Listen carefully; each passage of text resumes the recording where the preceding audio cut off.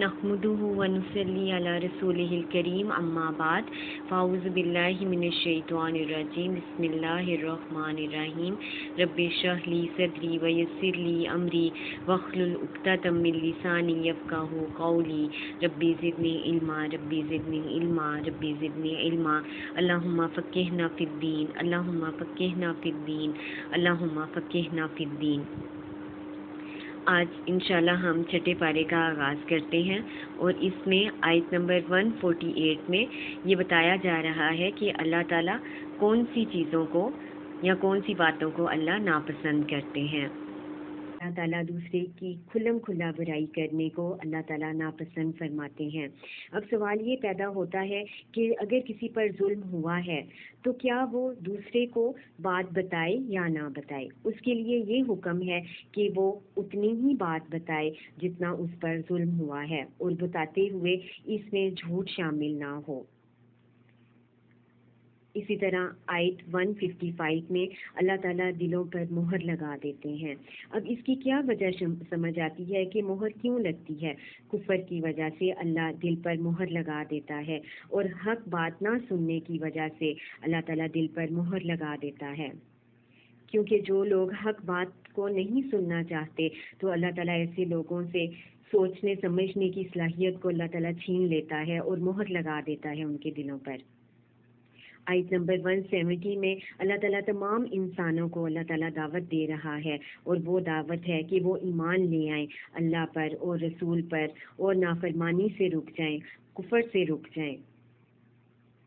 سورۃ مائدہ سٹارٹ ہوتی ہے آیت نمبر 1۔ سورۃ مائدہ جو ہے وہ آخر میں نازل ہونے والی صورتوں میں سے ایک صورت ہے، اور ابتدا میں ہی حکم دیا گیا کہ عہد و پیمان کو پورا کرو۔ حلال و حرام کے متعلق بتایا گیا۔ اب عہد و پیمان سے کون سے عہد مراد ہیں؟ 2 عہد مراد ہیں۔ ایک وہ عہد جو کہ ہم نے اللہ تعالیٰ سے کیا کہ ہم اس کے ساتھ کسی کو شریک نہیں ٹھہرائیں گے، اور دوسرا وہ عہد ہے کہ جو ہم آپس میں ایک دوسرے کے ساتھ کرتے ہیں، اس کو پورا کرنے کا حکم دیا گیا، اور اس آیت میں حلال و حرام کے متعلق بتایا گیا۔ آیت نمبر 2 میں بتایا گیا کہ کن کاموں میں تعاون کیا جائے، نیکی اور تقویٰ کے کاموں میں دوسروں کے ساتھ تعاون کیا جائے۔ جھوٹ، چوری، زنا، غلط دوستی پر کسی کا ساتھ نہیں دینا، لیکن نیکی اور بھلائی میں بڑھ چڑھ کر ہم نے حصہ لینا ہے اور دوسروں کا ہم نے ساتھ دینا ہے۔ جو لوگ نیکی کے کاموں میں آگے آگے ہو رہے ہیں، ہم نے ان کا ساتھ دینا ہے، اور یہ مدد چاہے مالی طور پر ہو یا جسمانی طور پر ہو۔ آیت نمبر 6 میں نماز کی شرائط بتائی گئیں کہ سب سے پہلے وضو شرط ہے نماز کے لیے، اور پانی نہ ملنے کی صورت میں اگر وضو نہ کر سکیں تو اس میں پاک مٹی سے تیمم کیا جا سکتا ہے۔ اور اس سے ہمیں وضو کی اہمیت کا اندازہ ہوتا ہے کہ اگر وضو درست نہیں ہے تو ایسے شخص کی نماز بھی نہیں ہوگی، اور وضو جو ہے وہ اللہ کے قریب کرتا ہے اور اعضاء کے چمکنے اور گناہ دھلنے کا ذریعہ ہوگا۔ آیت نمبر 12 میں دین کا کام کرنے والے لوگوں کو اصول بتائے گئے ہیں۔ ایمان کو درست رکھنا، امر بالمعروف و نہی عن المنکر کرنا، کام کے اوقات کو سیٹ کرنا، نماز، روزہ، زکوٰۃ پر قائم رہنا، دین اسلام کو آگے پہنچانا، مسلمان ہونے کا فریضہ ادا کرنا، اللہ اور رسول کے دین کو آگے پہنچا کر دین کے کام کو صحیح طریقے سے انجام دینا، اور اللہ کی رضا کے لیے تمام کام کرنا اور نیت کا درست ہونا۔ یہ تمام اصول اللہ تعالیٰ نے آیت نمبر 12 میں بتائے دین کا کام کرنے والوں کے لیے۔ آیت نمبر 13 میں بنی اسرائیل کے عہد توڑنے کی وجہ سے اللہ تعالیٰ نے ان کو سزا دی، اور وہ سزا کیا تھی کہ اللہ نے ان کو اپنی رحمت سے دور کر دیا، اور ان پر اللہ نے لعنت کی، اور ان کے دل اللہ تعالیٰ نے سخت کر دیے۔ اور بنی اسرائیل سے اللہ تعالیٰ نے کیا عہد لیا تھا کہ وہ اللہ کے ساتھ کسی کو شریک نہیں ٹھہرائیں گے، لیکن انہوں نے اللہ کی نافرمانی کی تو وہ اللہ کی رحمت سے دور ہو گئے اور ان پر اللہ کی لعنت ہوئی۔ اب ہم نے اپنا محاسبہ کرنا ہے کہ ہم نے جو اللہ تعالیٰ سے عہد لیا ہے کہ ہم اس کے ساتھ کسی کو شریک نہیں ٹھہرائیں گے اور نبی کریم صلی اللہ علیہ وآلہ وسلم کی اتباع کریں گے، تو کیا ہم اللہ سے کیے گئے عہد کو پورا کر رہے ہیں؟ کیا ہم بھی تو بنی اسرائیل کی کی طرح اللہ کی رحمت سے تو نہیں دور ہو رہے، اور کیا ہمارے دل بھی بنی اسرائیل کی طرح سخت تو نہیں ہو گئے؟ آیت نمبر 16 میں رسول اللہ صلی اللہ علیہ وآلہ وسلم کی لائی گئی شریعت صحیح اور سیدھے راستے کی طرف مائل کرتی ہے انسان کو، اور یہ سلامتی کا راستہ ہے، رحمت اور برکت کا راستہ ہے، اور جہنم کو دور کرنے کا راستہ ہے۔ آیت نمبر 35 میں وسیلے کا ذکر کیا گیا۔ وسیلہ و ذریعہ وہ راستہ ہے جس کے ذریعے اللہ کے قریب ہوا جا سکتا ہے۔ نیکی کے کام کر کے اللہ کے قریب ہونے کی کوشش کرنی چاہیے۔ اب اور کن طریقوں سے انسان اللہ کے قریب ہو سکتا ہے؟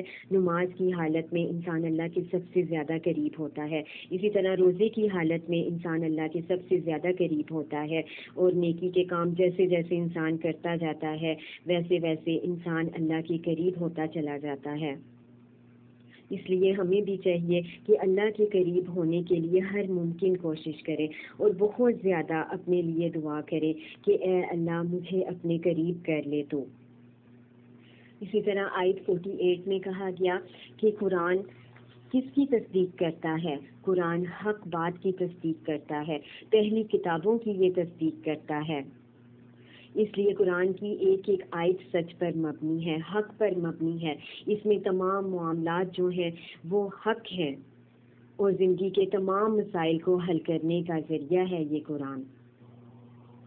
آیت نمبر 54 میں ہے کہ اللہ تعالیٰ سے محبت کرنے والوں کی 4 صفات بتائی گئی ہیں، کہ اللہ کے آگے جھکنے والے جو ہوں وہ اللہ تعالیٰ سے محبت رکھتے ہیں، اسی طرح نرم دل ہوں ان کے، اور مومن جو ہے وہ کافروں کے لیے سخت ہوتے ہیں لیکن آپس میں وہ نرم دل ہوتے ہیں، اور ایسے لوگ جہاد کرنے والے ہوتے ہیں اور تنقید پر گھبراتے نہیں۔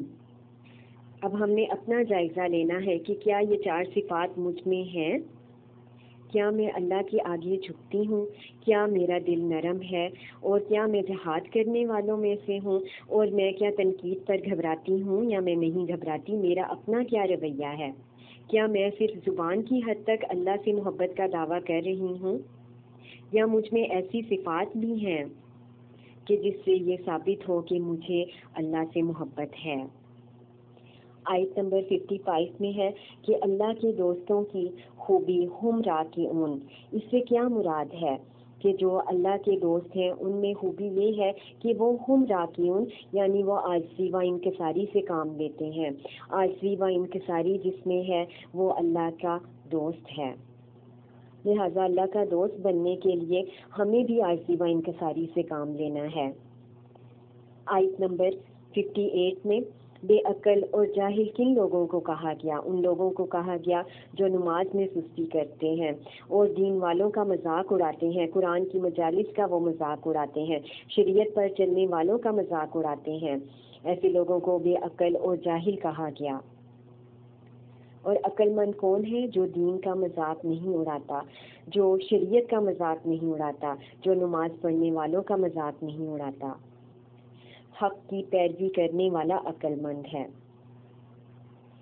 اب ہم نے غور کرنا ہے کہ اسلام میں اصلاح کا صحیح طریقہ کیا ہے، کہ ہم ہر ممکن طور پر برائی سے بچنے کی کوشش کریں۔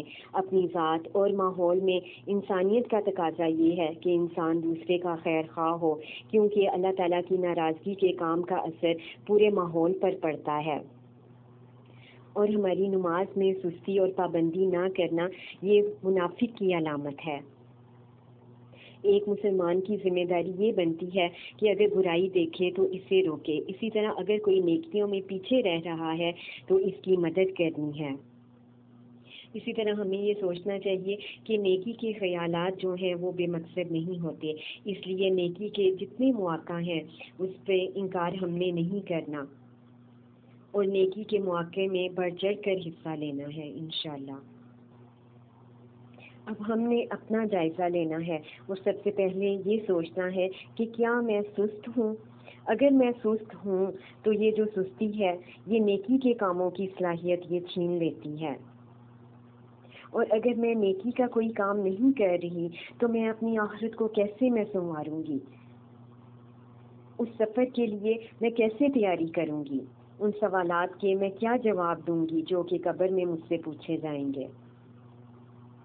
اس لیے اپنی زندگی سے سستی اور کاہلی کو ہم نے نکال دینا ہے اور یہ سوچنا ہے کہ اللہ تعالیٰ نے مجھے اگر پیدا کیا ہے، مجھے اگر اللہ تعالیٰ نے تخلیق کیا ہے تو کسی نہ کسی مقصد کے لیے اللہ نے مجھے تخلیق کیا ہے، اور اب اس مقصد کو کس راہ میں استعمال کر سکتی ہوں۔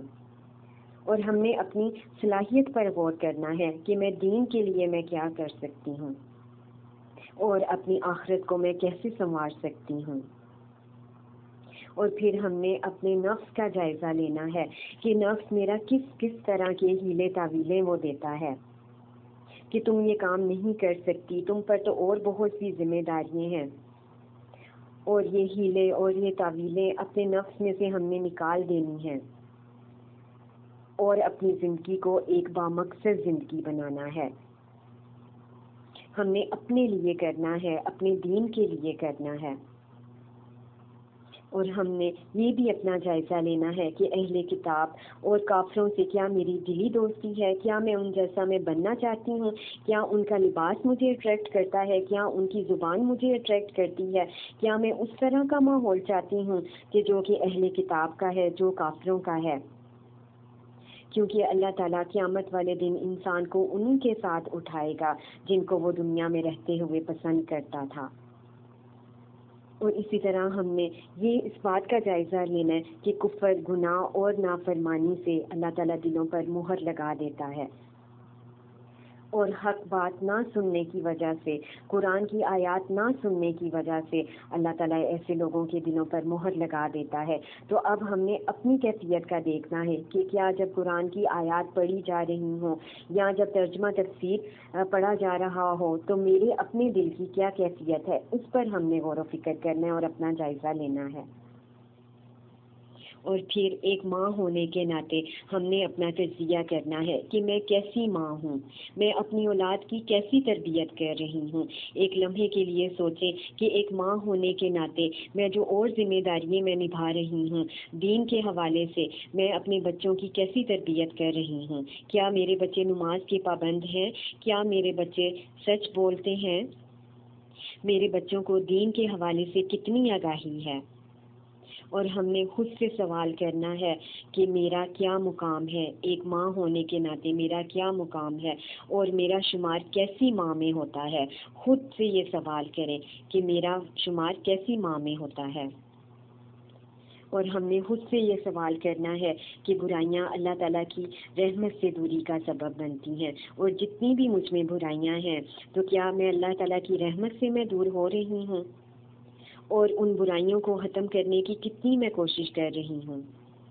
اور ہم نے یہ سوچنا ہے کہ ہم دوراہے پر کھڑے ہیں، ہم موت کے دوراہے پر کھڑے ہیں، اور اس کی میں کیا تیاری کر رہی ہوں۔ میں نے اس سفر پر نکلنے کے لیے کون سا سامان اکٹھا کیا ہے یا ابھی میں نے اس کے متعلق سوچا ہی نہیں ہے، موت کے متعلق، کہ ہم دوراہے پر کھڑے ہیں، کیونکہ ہم سب کو اب صرف واپسی کے ہی سفر کی تیاری کرنی ہے اور اللہ کے محبوب بندے بننے کی کوشش کرنی ہے، اور اپنی زندگی سے برائیوں کو دور کر کے اللہ تعالیٰ کی رحمت حاصل کرنی ہے انشاءاللہ۔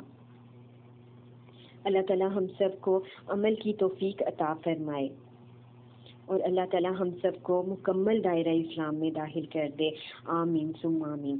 سبحانک اللہم و بحمدک، اشہد ان لا الہ الا انت، استغفرک و اتوب الیک۔ السلام علیکم ورحمۃ اللہ وبرکاتہ۔